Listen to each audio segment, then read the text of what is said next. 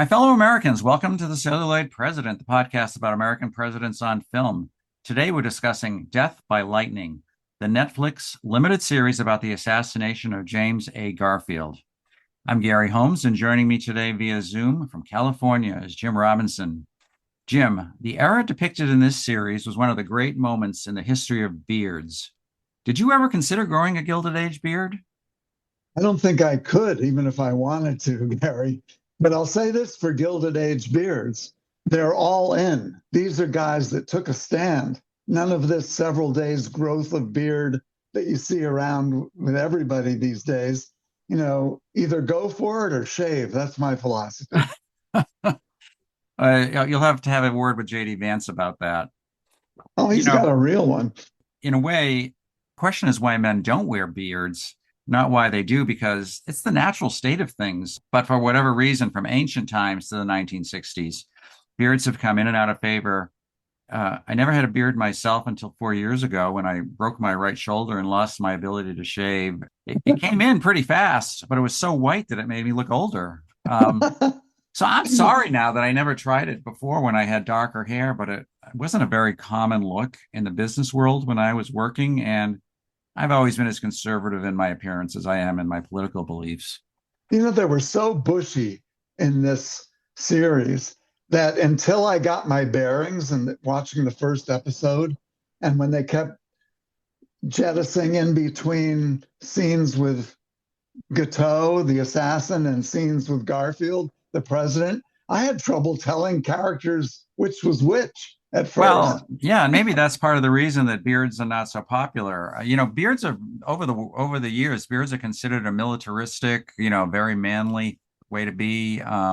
And shaving was considered, a sign of purity and asceticism. But it's just weird, I think, that beards are the exception and not the rule throughout Well, history. you have to shave at some point, just like you get a haircut. I mean, otherwise you see these beards that could be 3 feet long. So, what's the difference? But, the last president to have a beard was Benjamin Harrison in 1889. Now, President Taft had a mustache, but that's pretty much it for facial hair. And if we look to 2028, you mentioned J.D. Vance. I think Mayor Pete Buttigieg also has a beard right now. If they ran against each other, a beard would automatically win for the first time in over 100 years. So how's that for a little bit of presidential chit chat? Okay. So, Jim, this is the first time we've discussed a Netflix show in this podcast. It looks like streaming may be the future of the film industry. The Netflix buying Warner Brothers has been in the news recently. Do you have any thoughts on that? Well, I'm wondering, why would they buy an old time studio and take on the corporate culture issues and all that? They've got a nice big budget for their own production of their own content already. If the merger goes through, they'd become the biggest content budget wise. I'm left with the cynicism that the only real reason they want to go for the merger is because the merger would include them owning HBO and HBO Max. So who are direct competitors in the streaming world. I don't know. Where do you think it's going? I think it'll probably happen. Although I'm kind of with you. I don't know. I'm not exactly sure why Netflix wants it. Supposedly, one of the reasons is they won't have to pay the HBO. They have to pay HBO to run their content, and Warner Hmm. Brothers to run their content. But Warner Brothers has been kind of a hot potato since the advent of TV in the 1950s. It's almost impossible to track the number of owners it's had over the past 50 years. The problem is that most buyers keep overpaying for it and can't recoup their investment. And Well, and I don't understand why Hollywood is so opposed to Netflix buying the studio. The next best option is Paramount. But if Paramount bought Warner, it seems unlikely they'd continue to operate two separate studios. So I don't know. I actually do. I much prefer going to the movies and seeing it up on the screen. So I hope Netflix doesn't do away with theatrical distribution altogether. But the future's coming, and I think streaming is going to be it. well, the theater owners are apoplectic Yeah. about this potential merger. And but it is happening. I mean, those of us in the James Bond fandom were shocked and worried when Amazon took ownership of that franchise, and we were wondering, would there even be, theatrical premiere of the next James Bond film, or will it just be streamed? I hardly ever go to the theaters. You do. What's it like? Are there crowds there? Do people still go?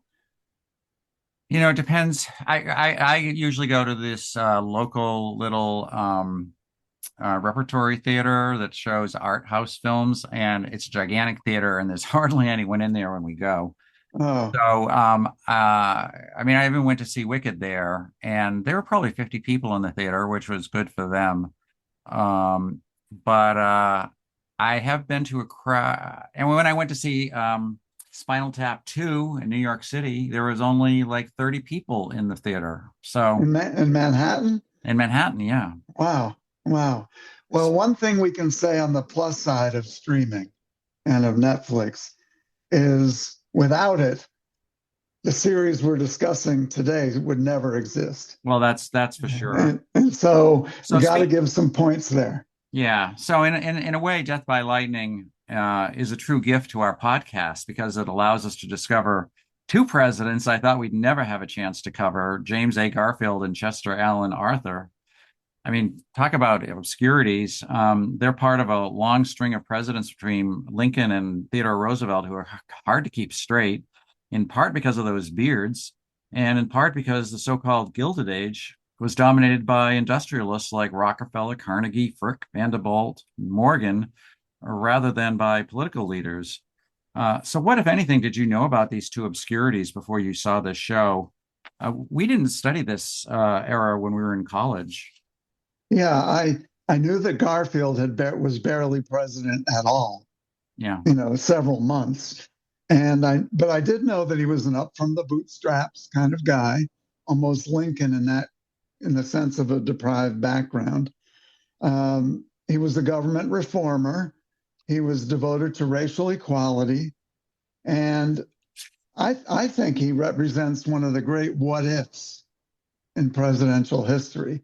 I think he had the potential to maybe be a really great president, but it's not something we can ever know. This what are we calling this? A series or a film? Series. This series enhances my surface shallow knowledge of Garfield that I came into watching it with. I also have even more surface knowledge of Chester Alan Arthur, and my suspicion is that he was not treated as well as he should have been in this film. Yeah, well, we can talk about that for sure. Yeah. I think I might have mentioned to you that when I was 10 years old, my mother bought me a young adult book about the presidents, Oh yeah. which had about 3 to 4 page sanitized biographies of all the presidents from Washington to JFK. And because I read the book over and over again, I knew the basic story about how Garfield was a dark horse candidate for president and then killed by a maniac. And I knew the basic story about Arthur, too, about how he helped create the modern civil service. So going in, I knew a fair amount about him, but nothing about Guiteau, the assassin. Yeah. Yeah. I think what I sense here in the history is that in the Garfield Arthur situation is a little bit akin to the Kennedy Johnson situation. And that is, Johnson was from the South, not your normal civil rights champion, but as part of his trying to live up to the legacy of JFK after he inherited the presidency from JFK, became a civil rights champion. And it seems to be similar with Arthur, who was part of the bossism system and an anti-reformer. But when he inherited the presidency from Garfield, who was the champion, Arthur himself became a reformer. So I think there's some of the let's honor the person that died so we could be president by fulfilling some of their agenda. Too bad Andrew Johnson didn't do the same thing Oh, after I know. Lincoln I was. know. Yeah. All right, let me do a summary of the series for those of our listeners who haven't watched it yet. Death by Lightning is a four-part limited series on Netflix that depicts the political events from the 1880 Republican convention, at which Congressman James Garfield from Ohio is unexpectedly nominated to be the party's nominee as president through his murder the next year by a disgruntled office seeker called Charles Guiteau, who was delusional at best and possibly insane. We see how the GOP convention was deadlocked between two party factions for 32 ballots before it turned on a dime and nominated Garfield on the basis of a great nominating speech he made for another candidate. For his vice president, he saddled with Chester A. Arthur, a representative of the corrupt wing of the party. Simultaneously, we follow the fortunes of his eventual assassin, Charles Guiteau, a thief, a liar, a loser, and what we would today call an incel, who dreams of becoming a great man but lacks the skill to do so. He grabs onto one scheme at a time before eventually deciding he will hitch himself to the Garfield campaign. He keeps begging for a job after Garfield's elected, and when he's rejected over and over again, he shoots Garfield at a Washington, D.C. train station. Garfield lingers with his wounds for months before eventually succumbing to an infection that is caused by his arrogant doctor who refused to sterilize his hands or surgical instruments. As Garfield slowly slips away, the previously corrupt Vice President Arthur is inspired by the president's essential goodness and vows to live a better, more idealistic life. For his part, Guiteau is surprised that he's not welcomed as a hero for killing Garfield, and he ends up on the scaffolding. In the end, we are left to mediate on the fate of these two men, one of whom had the potential to be a great president, but whose name is largely unknown today, except as the name of a famous cartoon cat. And Very good. and I had to look up Garfield the cat, and it turns out that Jim Davis, the cartoonist, named the cat after his grandfather, James Garfield Davis. Oh, So it's that's very likely interesting. that his grandfather was named after James Garfield. Could be. Could be. That's very good. I don't know how you distilled 4 hours of programming down to that, but good job. Okay, thank you. Well, we're both in the editing business. I usually give the reception and box office and that kind of thing. It's notoriously hard to compare or rank shows on Netflix, but we do know that it debuted on November 7th as the most popular Netflix show that day, and then settled back into number 2 for a while. It was also popular internationally, ranking as the number 4 most popular show in the world during its debut week. It was a critical hit with high ratings on both Rotten Tomatoes and Metacritic, and people seem to like this show. My minister asked for us to do a podcast on it because he liked it so much. So, hello, Anthony. I hope you're listening after I did this for you. It's interesting that it was so popular. Well, let's talk about why. Yeah, I think it gets to the whole Netflix approach of movie making, movie offering, and movie watching. In a way, you've got kind of a captive audience, a passive audience, meaning all you need to do is have a subscription, have a TV, and have a Wi-Fi connection. You don't have to make plans to go to the theater, get dressed, get in your car, spend several months worth of Netflix subscription for the price of a couple of movie tickets. You just lift up your remote with one hand and you click. So, I mean, the whole approach is tailor-made for content that might otherwise not be of interest. Well, I'll also add that the most popular genre in podcasts and book publishing is true crime. And at its essence, this is a true crime series, except the question isn't who committed the murder, but why. Yeah. And the second thing is, I mean, it's just a remarkable story. The idea that someone could come out of nowhere to win their party's nomination and then become president is hard to believe.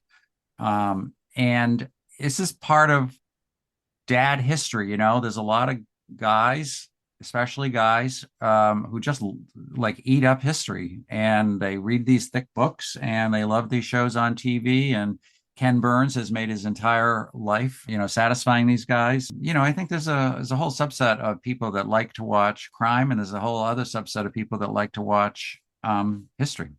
Yeah, and I think they they also, the producers cleverly employed a few tricks to make it more popular.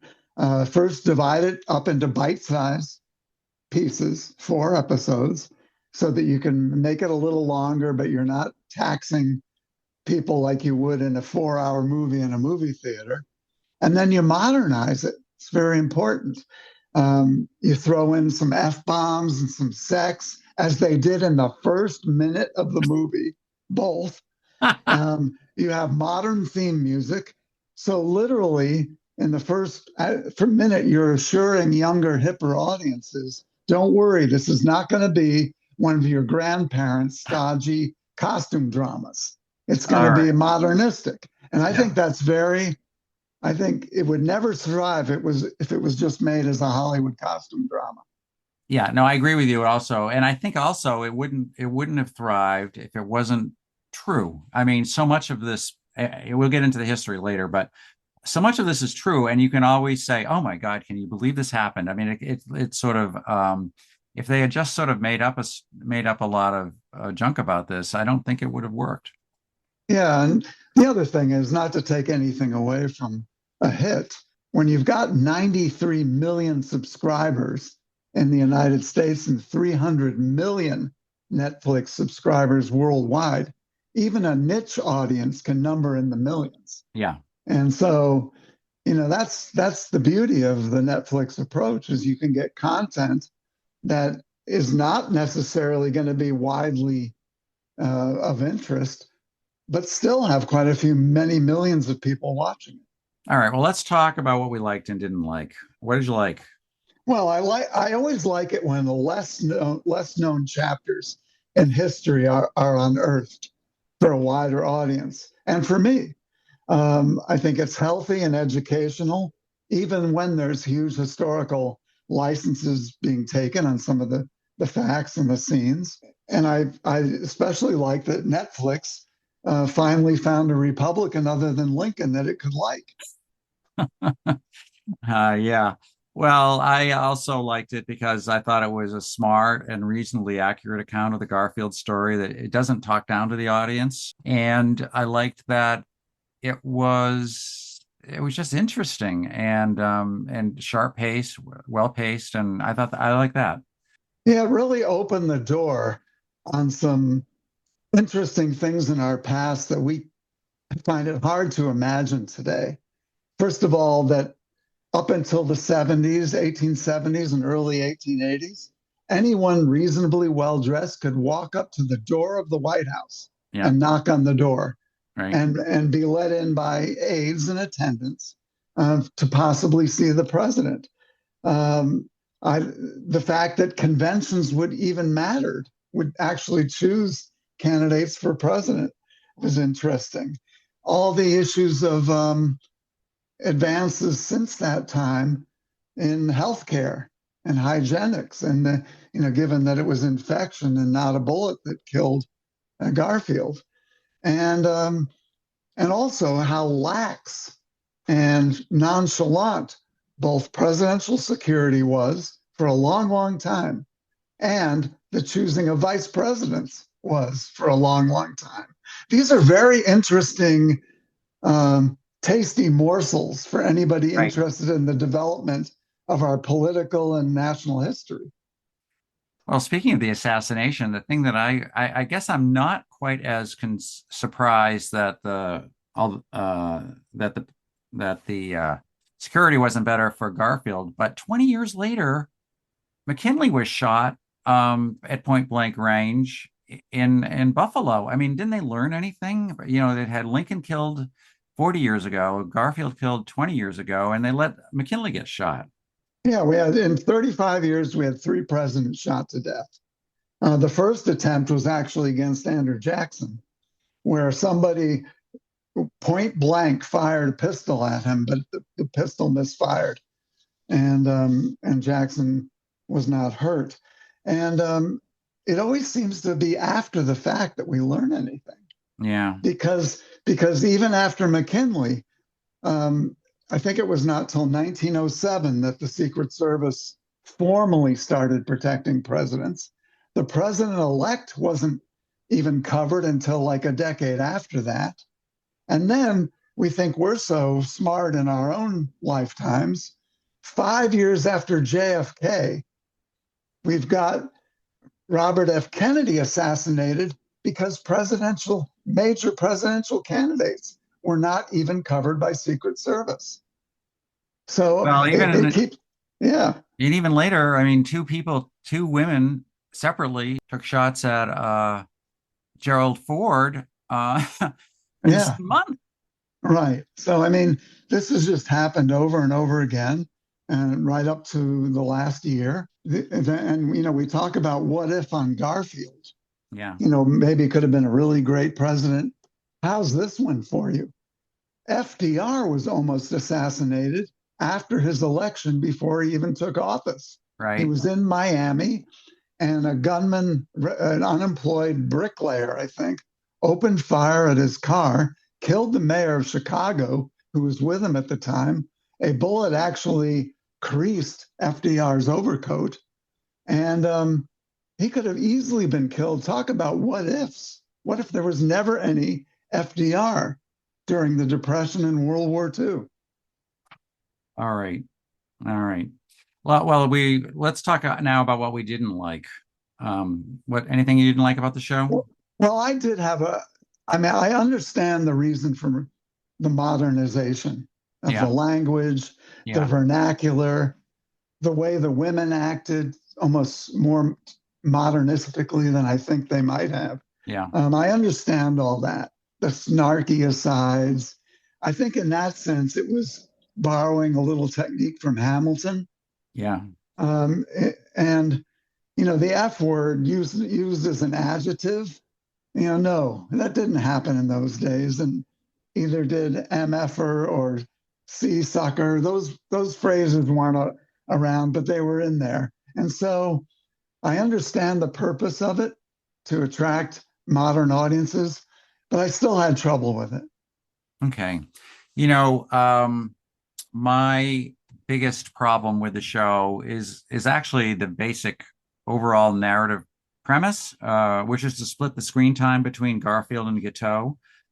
Every time the show switched away from the Garfield storyline to Gateau, I was disappointed because the political machinations with Garfield were so much more interesting than Gateau's seedy and just plain pathetic exploits. I mean, I didn't want to spend as much time with him as we did. That gets into something else on my list. It was almost very similar. I thought from a movie making standpoint, a lot of the transitions between the two storylines were clunky. I Yeah, mean, it just sort of herky jerky went back and forth. And while the actor playing Gateau, I know he will be a sentimental favorite for the Succession fanatics. And I thought he did a good job. I found that after a while, some of his wide eyed, big fake smile expositions got tiresome to me. I got to my frequently invoked, we get the point stage. yeah. Well, there was just okay. The other thing I didn't like about it was there's a lot of CGI in this show, as it tried to create the world of 1980. Sorry, I keep saying that, the 1880, and I didn't think that it always worked. I was always aware that the New York street scene, the convention hall, even the exterior shots of the White House were computer generated. In fact, the series was filmed mostly in Budapest, Hmm. with a few Washington, D.C. scenes. I thought the other thing is, and we will get into this, but um, I wouldn't want people to rely too much on the particulars historically in this. You know, I wouldn't want people to go after the fact, say, can you believe President Garfield's wife went to confront Right, Charles Gateau when he was about to be hung? Because that didn't happen. right. So this probably had more historical invention than a lot of the films we've watched, but I'm okay because, as I said before, I think it opened our eyes to a lot of very interesting things historically. All And right. I got to add one more thing Okay. about things I didn't like. I hated the vomiting. You you you know me, Gary. I have an aversion to either watching it or doing it. I mean, a realer version. I know nobody likes it, but I hated the scenes where there was vomiting involved. There's two things in any movie that can really turn me off. And one is vomiting, and the other is whenever any dog is dying or gets killed. Well, I don't think So any that, dogs died, did they? no, they didn't, but it's on the scale of that for me. It's So a funny that you picked that up because I don't even know what you're talking about. I don't remember any vomiting scenes, but I'm sure they were there. They just didn't make it. it was when in a fake convention, Gateau was helping Chester Alan Arthur as Arthur was in the toilet Oh barfing yeah. his brains out from Okay. being drunk. Yeah. Okay. Okay. Also a totally invented scene. Yes. Okay. What was the movie trying to accomplish, do you think? I think it made it pretty clear at the beginning and end that here are two people that were lost to history and they wanted to unearth these historical figures for us. And ancillary to that, I think that it wanted to establish Garfield as a genuine tragic hero in that he was a great man, a brilliant man, maybe a genius, self-educated mostly, and um, and was heroic, but never got a chance to be the hero. And you saw the theme of being lost to history introduced both at the beginning of the film and the end. Yeah. Yeah. I agree with that, and I think it's also trying to dramatize the role that chance plays in history. Yes. As you know, there's a divide in the study of history about whether the actions of individual men make much difference, or if it's just seismic trends that are really important. And this show seems to come down on the side of the great man theory, or rather the great man thwarted theory. Yeah. We'll have to ponder if history would have been different if not for the assassin's bullet. And in this respect, it reminds me, you already mentioned this sort of JFK, who was also killed by an absolute nobody acting alone before JFK was able to accomplish very much.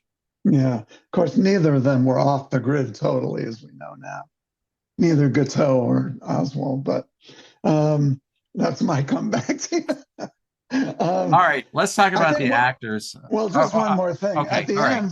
At the end of the very end of the movie, I think there's also a point being made that the fact whether or not strangers remember you Yeah, is not as important as the memories you leave with your family all right. and your personal history. So you and I never became president. That's okay, but we can still leave Not nice yet. We're still only legacies. 70. Yeah, not yet.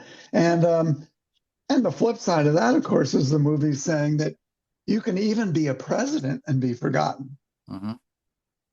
So maybe Okay. that's a message to those who spend their whole lives chasing after that.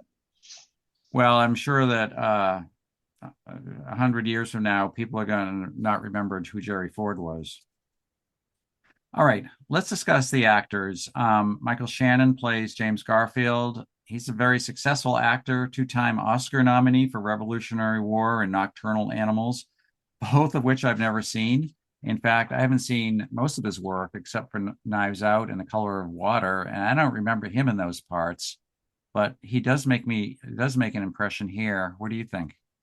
Well, you've seen him in one more film What's because that? he played Elvis in Elvis and Nixon.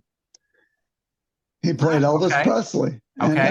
See? and if I as I recall, well, that gets to one of my reactions to him, which is he's kind of a nondescript actor to me. Yeah. He's just good enough. He's one of those just good enough actors, and as I recall, I was more impressed with his Elvis impersonation than you were in that film. But I thought he was good and believable here.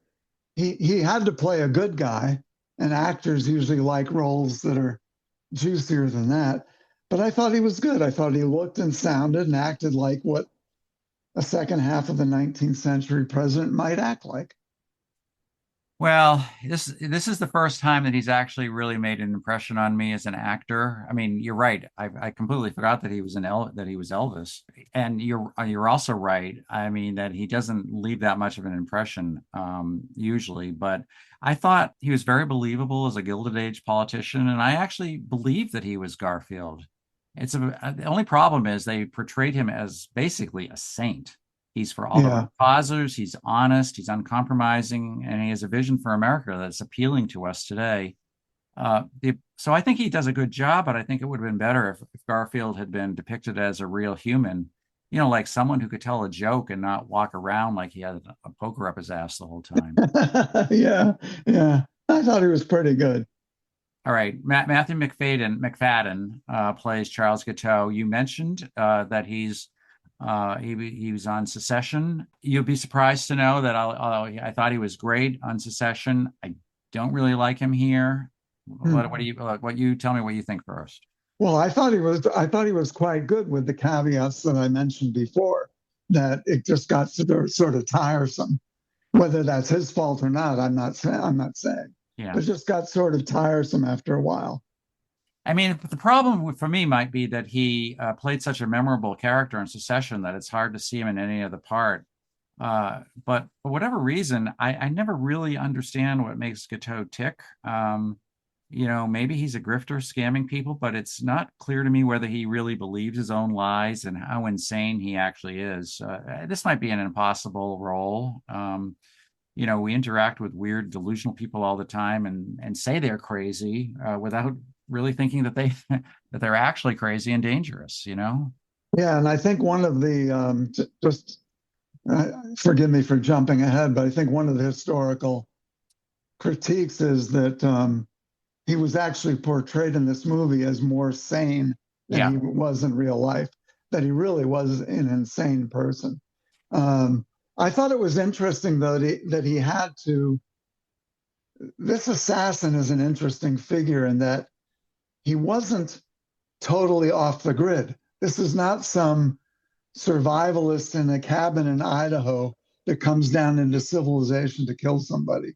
This was a guy that was known to people in the White House as one of the pain in the ass guys that kept coming in to try to get appointments with people to get jobs. So he was not a totally unknown person. But I think you're right. It's hard either in the scripting or the acting. We didn't really get to see a good progression between his transition from being idolizing Garfield and wanting to kill Garfield. Sort of an explanation was that he didn't get a job, but that really wasn't. That's not a sufficient motivation, and maybe it's just a matter of being insane. You do see cases. I'm going to, in a dark way, bring up our Beatles reference that we have in every Yeah. podcast. But the guy that killed John Lennon idolized John Lennon, idolized him, and then went to saying that Lennon had to die, and he had a purpose in life, and that was to kill John Lennon. And here we have Guiteau idolizing, getting all thrilled at listening to Garfield's speeches, and then later on in confession and elsewhere saying, "My purpose in life is I have to kill Garfield." Yeah, I think maybe the problem at root is that it's when they decided to split the series between Garfield and Guiteau, you can't spend the whole Guiteau thing where he's totally, totally crazy, right? You've got to Right. show him as a semi-normal person you can relate to. And what Um, drove him to that? yeah, Yeah. I mean, there's some hint that his father was hard on him, and like, you kidding me? I mean, he's a grifter, which is a very common person. And somewhere along the line, he becomes an assassin. Whereas if he was simply basically insane the whole time, that would make more sense. I mean, not that we could really understand his insanity, but we'd understand that there are people that we can't understand. But I think the show wants us to understand him a little bit, and I don't think they exist. Yeah, I agree. I All agree. right, Nick Offerman, famous as Ron Swanson on Parks and Recreation. plays Charles Allen Arthur, the president with the most outrageous sideburns. What about him? I thought he had the fun. He had a fun part. He was the buffoon. He was the thug beating people up. Um, I think he provided some of the humorous relief. I'm not sure. I have huge doubts as to how how fair his portrayal was of Arthur. I don't really know, but it didn't ring true to me that a guy goes from being basically a party going lovable buffoon who's drunk, gets drunk all the time and makes self-deprecating jokes about himself to a guy that's personally beating up underlings, to whip them into shape. I mean, those guys in the bossism didn't do that. That would be like John D. Rockefeller personally cracking open the heads of strikers at his plants. I mean, they had people to do that. So I thought there was some preposterous to his role, but I enjoyed it. I agree with you. This performance is probably the least historically accurate one in the show. He's depicted here as the anti-Garfield, someone who's corrupt and without any political convictions, someone who drinks and parties a lot and probably supports the sex worker industry. This might have been true, but it's also over the top. And when the conversion to political reform happens, it seems pretty abrupt. And also, Nick Offerman is famously a man's man, which he plays that here, beating everyone up. But the real Arthur was more effete than the guy portrayed here. I mean, he's a fancy dresser. He ate a lot of, fancy food. I don't think he's the kind of guy that was getting so drunk that he was throwing up and, and dancing at parties and stuff. I think that's all wrong. Yeah, and in fact, if anything, it was the other way. He was known as a brilliant, eloquent lawyer. Yeah. And he desegregated the New York City streetcars. He reformed civil service. He pretty much avoided scandal. So, he was an accidental president. He never even tried to run again after he filled out Garfield's term. But it was still fun to watch in this Yeah, film. no, the performance was fine. Yeah. If it's it is what it is. Just don't Yeah. think this is except for maybe the next one I'm going to talk about, Garfield's wife. It's probably the least, historically accurate. Yeah. All right, Betty Gilpin, Mrs. James Garfield. As usual, the politician's wife is not very meaty. She has two great scenes, which I'll address later. I think you've already opined that is not very historically accurate either. I thought she performed the role pretty well. Mm-hmm. And she did get some important scenes, which including one in which she made it damn clear she's no Erica Kirk. That's for sure in terms of forgiveness. No, not big on forgiveness. Yeah, I've looked at pictures of her in real life, Yeah. and she is a fierce, harsh, not very feminine looking woman. And Betty Gilpin is far more attractive. But it's hard to judge these impersonations, isn't it, Gary, when there is no filmic record? Right. I mean, all we can see is these daguerreotypes of these these old and photographs. Yeah. And I guess it was a cultural thing. Maybe I'm curious about this. I guess it was a cultural thing that you were never supposed to smile in pictures because nobody smiles. Maybe their teeth were bad. I don't know. And now, the irony is that the culture is totally flipped. And now you have to smile in every picture and selfie and video, even if you're about to kill somebody or kill yourself. There's a big bright smile. So the more interesting female role in this is Kate Chase Sprague, played by Tuppence Middleton. Kate Chase was the daughter of Lincoln's Treasury Secretary Salmon Chase. She was a major Washington hostess for 3 decades and associated as an advisor and romantic partner of many powerful men, including Roscoe Conkling, Garfield's main nemesis and the leader of the Stalwarts. It's not that all women were was sitting around not doing anything back then. Kate Chase was a very famous person in Washington, and she does get shown here. It's a smaller, much smaller part than Betty Gilpin's, but I mean, I would really like to see a series on her someday. Yeah, I don't object to, I'm not challenging the idea that there weren't very influential, powerful women in our politics then. It's more the atmospherics of it, the banter back and Yeah, forth between yeah. husband and wife. I thought, and especially I've got to mention a character I did not like, and I'm not condemning the actress, but the one that played Molly, the daughter, Oh who yeah, Garfield's daughter, who acted and sounded like she was like some brat on Modern Family or something sitcom, and then at one point she interrupts a meeting to give a Greta Thunberg type speech, yeah, challenging her father and his associates. Um, it's the demeanor more than influence that right. I questioned. Okay. There are two Anyone else you characters. want to talk about? Yeah, yeah. I really liked. I thought the people that played Roscoe Conklin and James Blaine, in that case, it was Bradley Whitford of West Wing. I thought they were quite good. I thought the Blaine character was a kind of a, I don't know, what would you call him?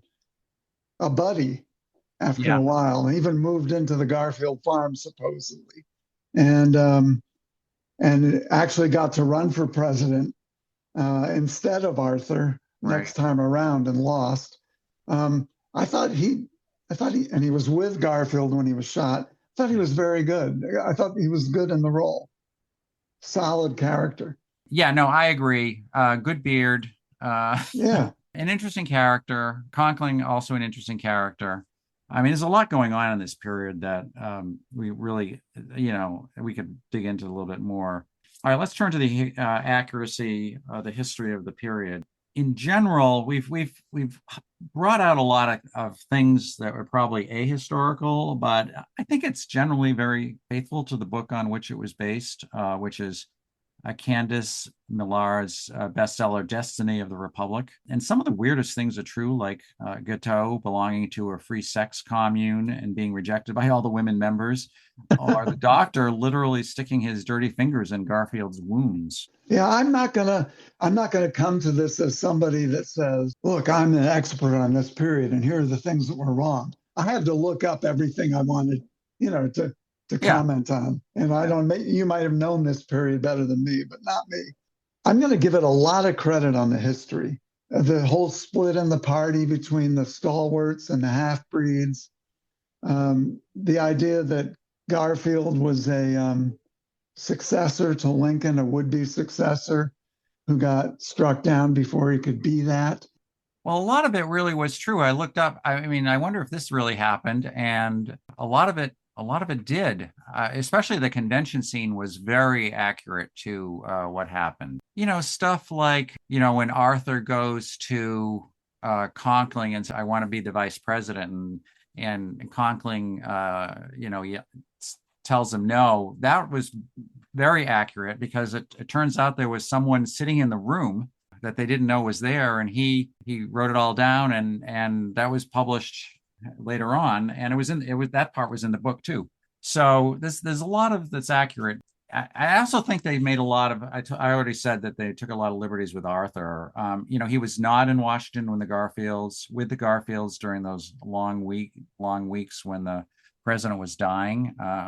He was not in charge of the Customs House when he was elected president because he'd been fired by the previous president, Rutherford B. Hayes. I think it's a fantasy that he converted to civil service reform by Garfield's appeal to his better nature. It's more likely he wanted his legacy to be remembered positively. He might have looked Yeah, at the example of Grant, one of our greatest Americans, whose reputation was tarnished forever by the corruption of his administration. And I think he was also chagrined that Guiteau shot Garfield in order to make him president and decided to back one of Garfield's biggest issues, which, as you point out, is exactly what happened with LBJ. I think also on the Arthur Guiteau relationship was very, very fleeting. One occasion they met, Yeah, and this movie suggests that they spent a lot of time and together, including that scene I didn't like, the vomiting. There were other things. Of course, we mentioned Lucretia Garfield visiting Gateau in prison. Yeah, That yeah, was probably the most flagrant, but it led to one of the best scenes. right. Gateau did not steal money from his brother-in-law. There's nothing in the historical record to support that.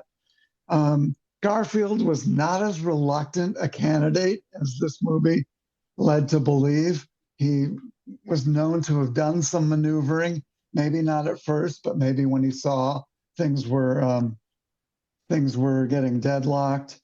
And Gateau did not write a diary or a personal book. He basically copied over some religious texts. I mean, there was no secret memoir, that that was left, when he died. So, there was a bunch of things like that, but I still think that it just opens our eyes to some really interesting slices of American history, political and social history of the time.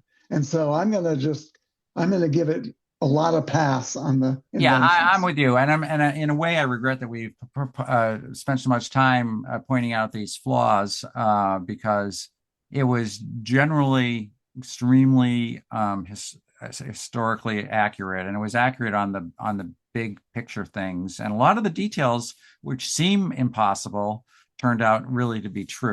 Okay, what's your favorite scenes? Oh, I had a few of them, but I liked the dueling speeches at the convention. Yeah, It was fun. It was humorous. It yeah. was eloquent. It was passionate. I just liked that whole scene. I mean, I liked listening to speeches, and they were all different, and it was fun. It was enjoyable. Yeah, and as I said, a lot of that was historically accurate in terms of who made a good speech, who made a bad speech, and that kind of thing. That's my favorite scene too. It's exciting as the voting in the movie Conclave, which is about the election of a Yeah, pope, where they elected a hermaphrodite as pope. You haven't seen that movie, so I'll avoid I have spoilers. not. I thought I liked the two scenes with Mrs. Garfield, although they were both completely made up. The one where she slaps Chester Arthur's face because he's crying like a baby, and Yeah, the yeah, second when she goes to visit Gateau in jail. And unlike, as you mentioned, Charlie Kirk's wife, she very explicitly does not forgive him for killing her husband. right. I thought that was an awesome set of uh, lines and speech where she said, I mean, it was heart wrenching. She said, "My last words to my husband were lies. I said, you will be remembered. History will remember you. I knew it, but I was lying. America won't remember at all. He's lost to history, but so will you, Mr. Gateau. You'll be lost to history." And that was kind of a restatement of the purpose of the film to change that Yeah. outcome and to turn her lies into truths. I just thought that was a great scene. And like the scene in Churchill when he was on the tube, Yeah. riding the tube supposedly, which didn't, it was really, I don't care that it didn't happen. It was good. It was so I good. know it's actually a problem for us that the best scenes are the ones that are the most fictional Right. in I movie like after the, movie. yeah, it was a little predictable, but I still liked it. It was like a coda almost. The family scene many years hence at the end of the movie, where the whole family was gathered around outside, Yeah. and there was an empty chair there for Garfield. Yeah.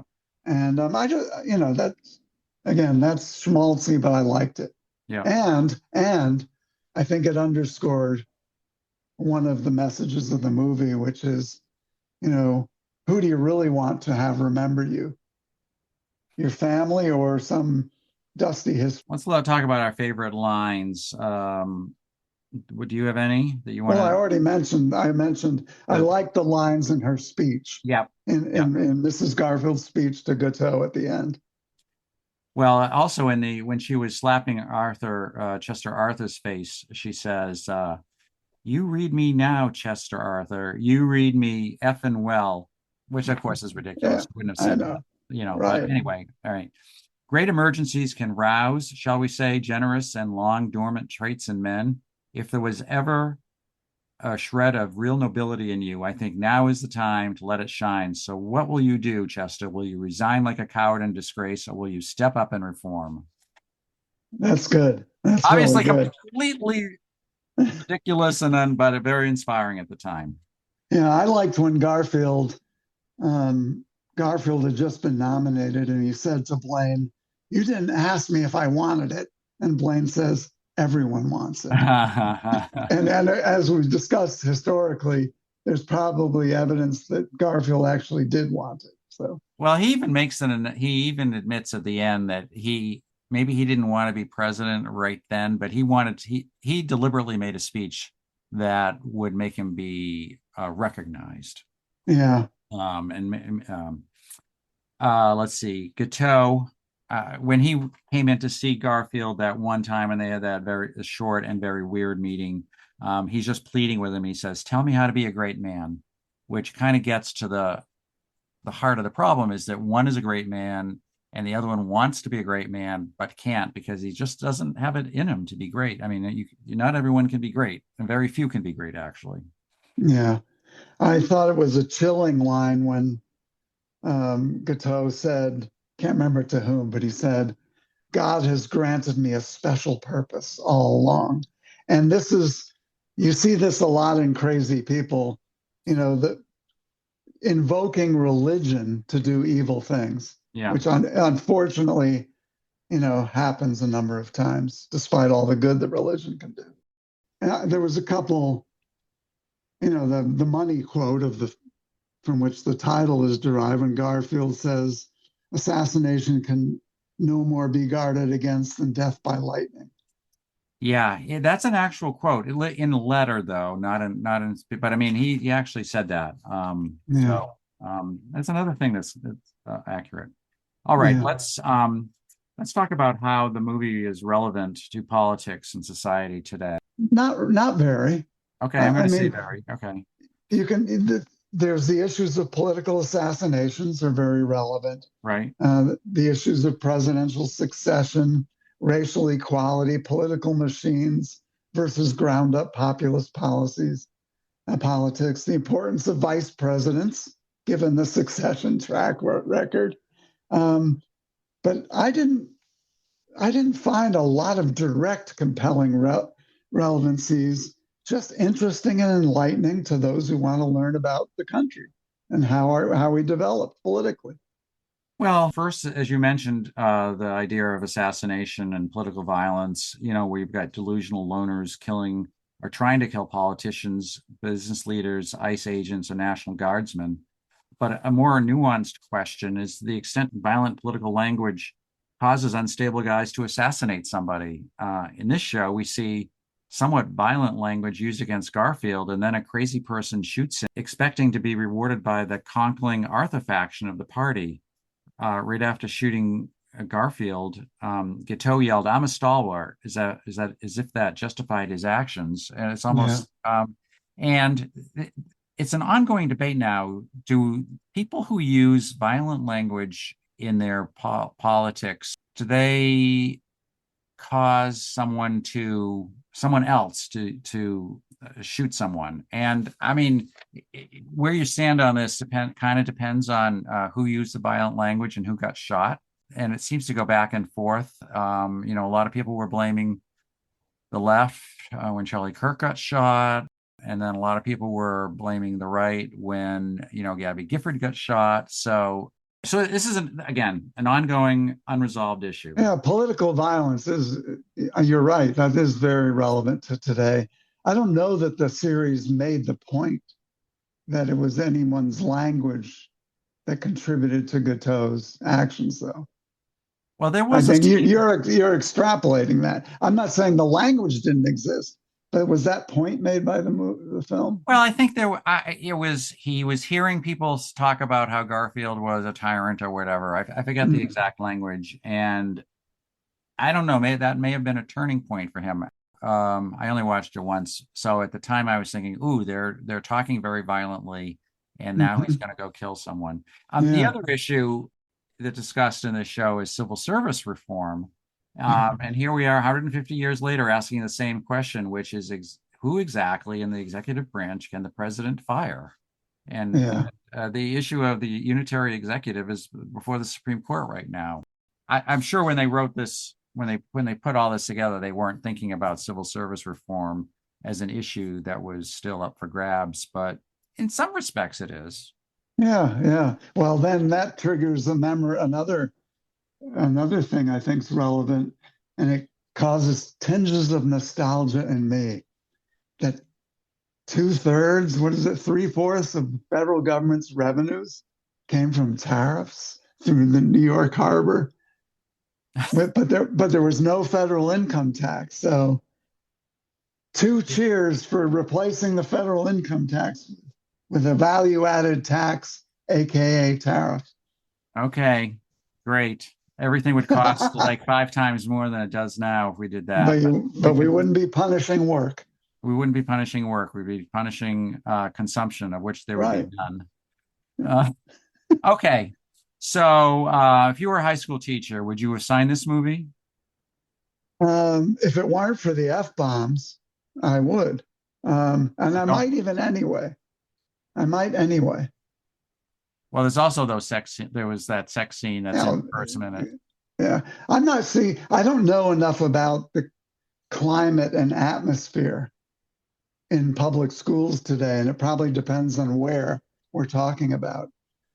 But when I was in high school in the early 70s, I had a literature professor, play recordings or show things that had the F word in it.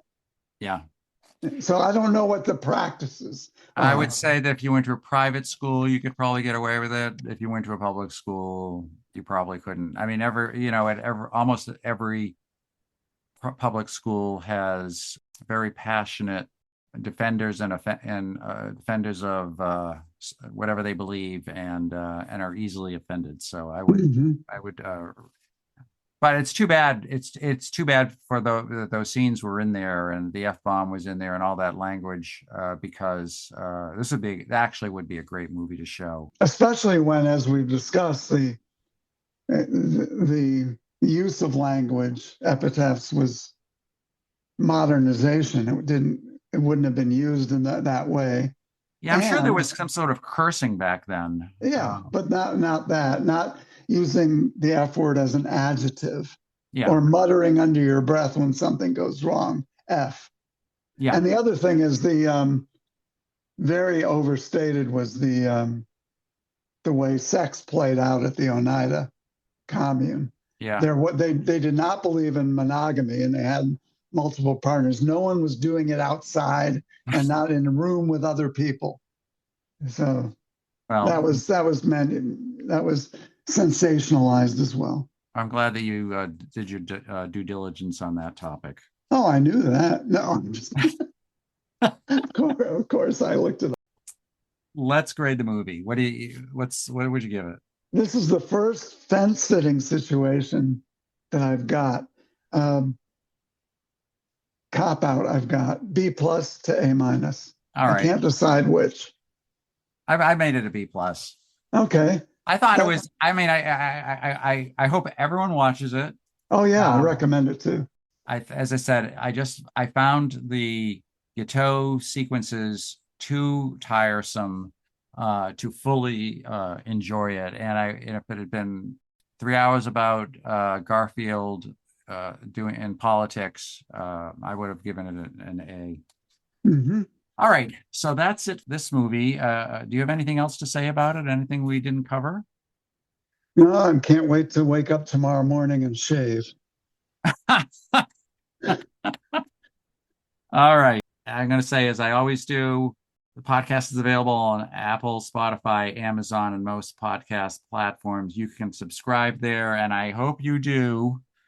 And what else can I say? Oh, we've decided that our next movie is going to be Shampoo, which does not appear to be an overtly political movie, but it is set. This is the Warren Beatty movie about the hairdresser, set on the evening of Richard Nixon's election as president. And it's actually quite more political than most of us remember. So that's going to be our next movie. And no bald or hair jokes allowed. Yeah, you got that right. I can share. I can, that's one part of my body that I don't need to shave. Um, all right. So let's say goodbye. See you later, Jim. All right. Take care.